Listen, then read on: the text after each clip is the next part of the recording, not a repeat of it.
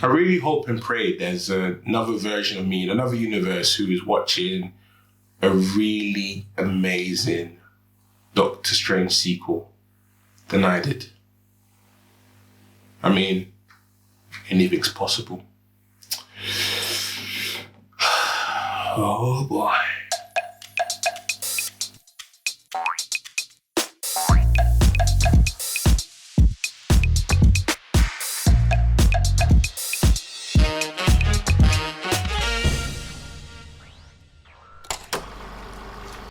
Hi guys, it's Stephen Geekface. I'm back again. Yes, I am back. This time I mean it. I'm back with another review of yourself here today, which is for Doctor Strange in the Multiverse of Madness. This is a film that people have been waiting for since Spider-Man No Way Home. When Doctor Strange showed up, the trailers look good, all the rumors of who's gonna be in it, not gonna be in it, who's mom or dad. Yeah, this is another one people waiting for. Everyone's been, put on the same expectations as Endgame, and we know. You know. You just know. So now we're finally here. Got to see it a bit early.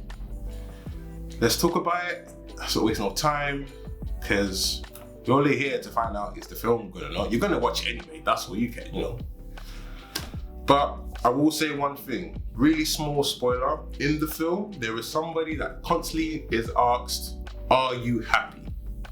And I'm gonna rephrase that for myself. Was I happy about this movie?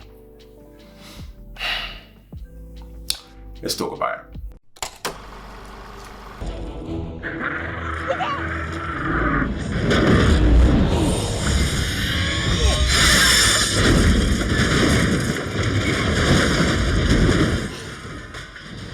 Obviously, Doctor Strange, played by Benedict Cumberbatch, was fine in this movie. He has played this character for a while now. He's in multiple films. He's really established himself as this character.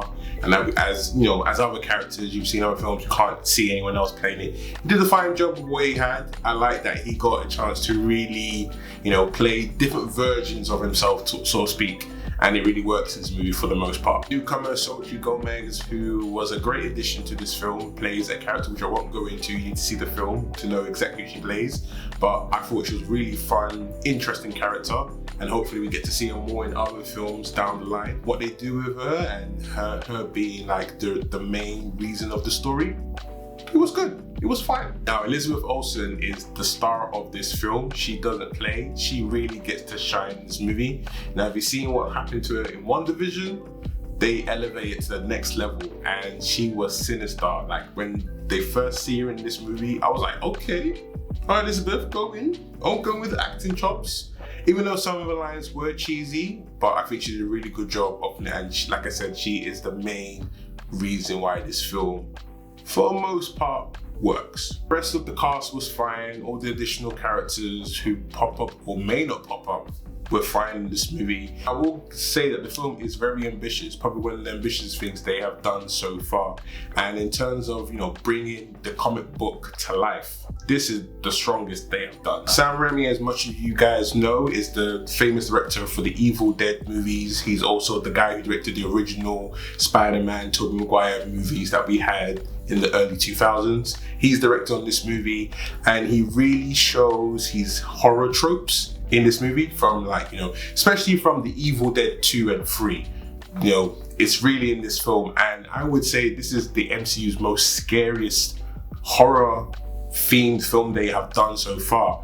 And I'm gonna say this now, I don't think any kid should see it. I think they'd be petrified. I mean, even I was like, oh my God, they really went there. This film is really trying its best to really push the 12A rating, which is in the UK, and the horror, really push it towards it. This is it's a great introduction to horror for any kids who are watching. But yeah, be warned, parents, if you are going to take them to watch this movie, that it's not for the faint of heart. The action was okay as well. I did have fun with it. The CGI was a bit off. Now, I don't know whether that was because they didn't put money into the film or because it was directed by Sam Raimi, who is known for giving that, B-movie look where it looks a bit cheap. So I don't know whether that was his decision because he's on the film, or, like I said, there was lack of money, but at times it showed that, yeah, this is proper in a green screen room and people are just looking at CGI sticks and stuff. Yeah, it took me out a little bit. Now, my real big problem with the film, besides the really bad lines and the really cheap CGI, was the fact that we're dealing with a concept called the multiverse. And when you think multiverse, you just think of all possibilities. You know, maybe there's a world where everyone is pencils, or, you know, everybody is on their hands instead of their feet. You know what I'm trying to say. And the film, as much as they try, I feel like they really didn't push the envelope, especially when you got a title called The Madness of the Multiverse.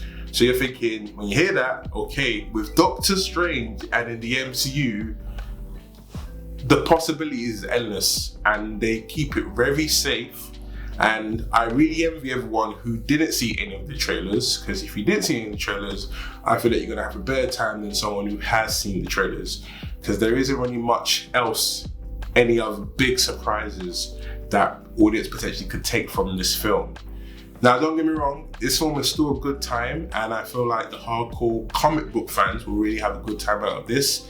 However, I do feel like the general audience will feel lost, especially if they haven't been keeping up with every single MCU TV show or cartoon, What If, WandaVision, promotion from Disney Plus. And it's kind of like a slap to the face and saying, you know what, you're lost, aren't you? Because you didn't subscribe to Disney Plus. So better go and subscribe so you know what is going on. No, and that's how the film feels like most of the time. On that note, I'm going to give this film a 7 out of 10. As much as I wanted to really dive into the madness of this movie, it left me a little bit sad, and I really wish that they just really dig deep with this movie. So, are you gonna watch this movie? Probably a very silly question, because it's an MCU, everyone's gonna at least watch it once. But if you're not going to watch this movie, let me know in the comments down below, because I want to know why, and have a really good conversation of why you don't want to see it. That'll be interesting. Guys, thank you once again for being patient with me. I've been up and down with things going on personally and work-wise, but I should hopefully be back with more videos on the way, more reviews. Catch me on other channels, or just catch me off my page, catch me everywhere. I'll be about. This is what I do. But guys, thank you once again for watching the video. I'll see you next time on the next one. Until then, don't forget to like, share, stay blessed, stay geeked. Bye bye.